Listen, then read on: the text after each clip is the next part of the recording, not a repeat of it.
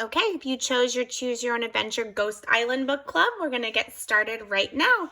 We're going to do the same thing as the other book club. We're going to read until we get to a stopping point, and then we will vote as a group which way we would like the story to go next. So let's get started.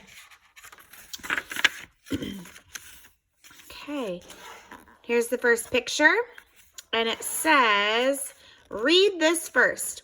Watch out. This book is different from every book you've ever read. Do not read this book from the first page through to the last page. Instead, start on page 1 and read until you come to your first choice. Then, turn to the page shown and see what happens. When you come to the end of a story, you can go back and start again. Every choice leads to a new adventure. Good luck. Okay, so here's the beginning. Here's the first page. And it says, vacation is finally here. This year, you and your parents are sailing around the Caribbean Sea. Your two best friends from school, Jamie and Meg, have been invited along too.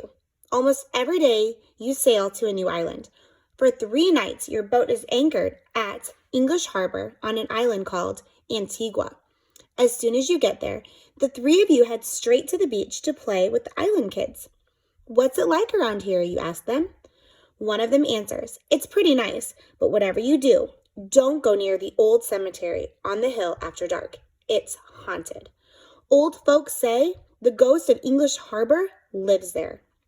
Another kid says people go in there at night and never come out. Turn to page 3. Page 2 has a picture. Doesn't look very spooky to me. It says, you watch as the kids leave. I wonder if they're telling the truth, Meg says. Well, I believe in ghosts, Jamie replies. So do I, Meg agrees. Ghosts? You laugh. You two must be kidding. Turn to page 4. No, we're not, Jamie says. If you're so sure there's no ghost in English Harbor, why don't you go to the cemetery and find out? We dare you.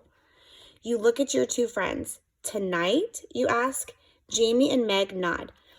Okay, you say boldly, I'll go.